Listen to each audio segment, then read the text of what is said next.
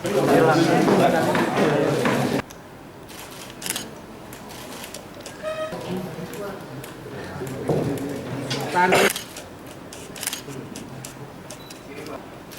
Mbak.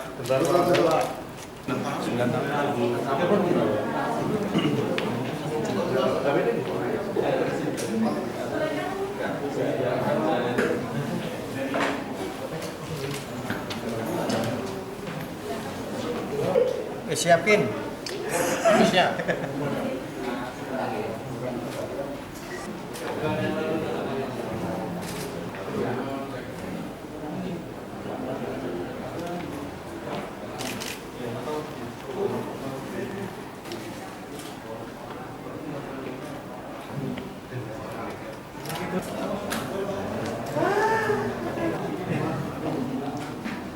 Gitu ya, Pak. Berarti awal-awal.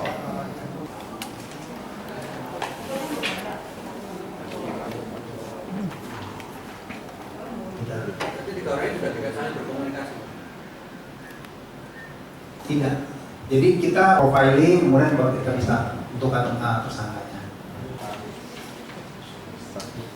Kita selanjutnya lihat ke barang bukti ya. Om Swastiastu, yang saya hormati insan pers, baik media cetak, media elektronik, pengungkapan perkara penipuan online jaringan internasional ya, yang mengakibatkan korban mengalami kerugian sebesar 2 miliar rupiah.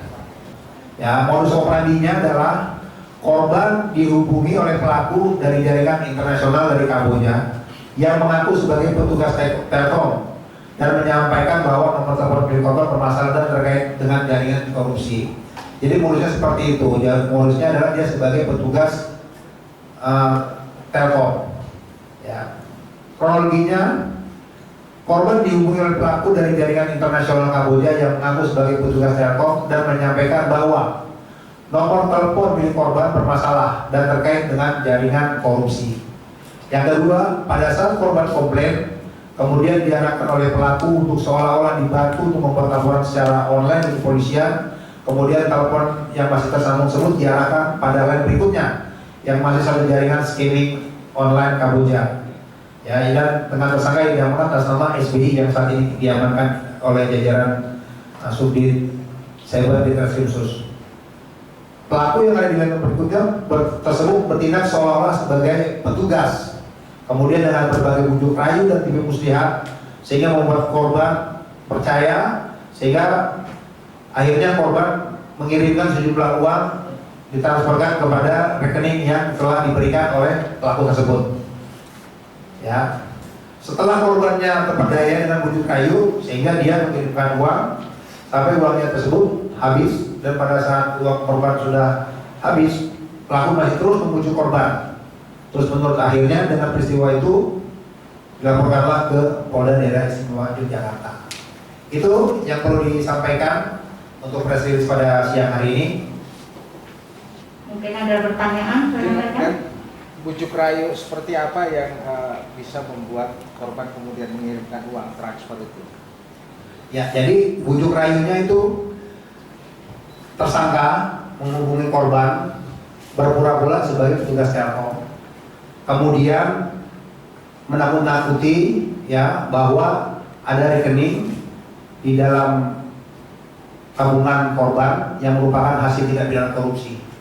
Nah, sehingga dia berperan lagi sebagai petugas keamanan, seolah-olah dia petugas keamanan. Nah, dengan rasa seperti itu dilakukan bujuk rayu sehingga membuat korban mentransfer uang tersebut. Maksudnya petugas keamanan itu KPK apa bukan? APH ya, jadi berbagai macam, mau dia seorang APK, tugas polisi hanya menjadi sarana yang disampaikan dari pelaku kepada korban. Sudah berapa lama dan korbannya sampai saat ini sudah berapa? Mereka ini adalah sebuah jaringan ya yang beroperasi di Kamboja. Menurut pengakuannya sudah 2 tahun. Ya, sudah 2 tahun. Kenapa memilih Kamboja? Ya, ini perlu kami pendalami lagi.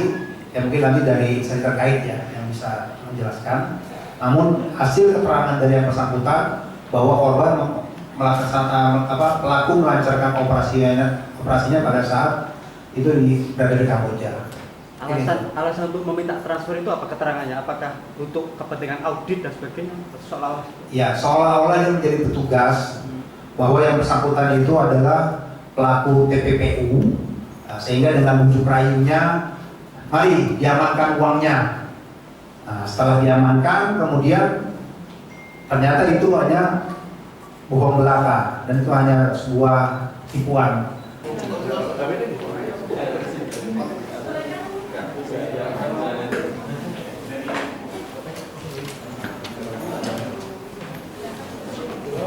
Siapin. Siap.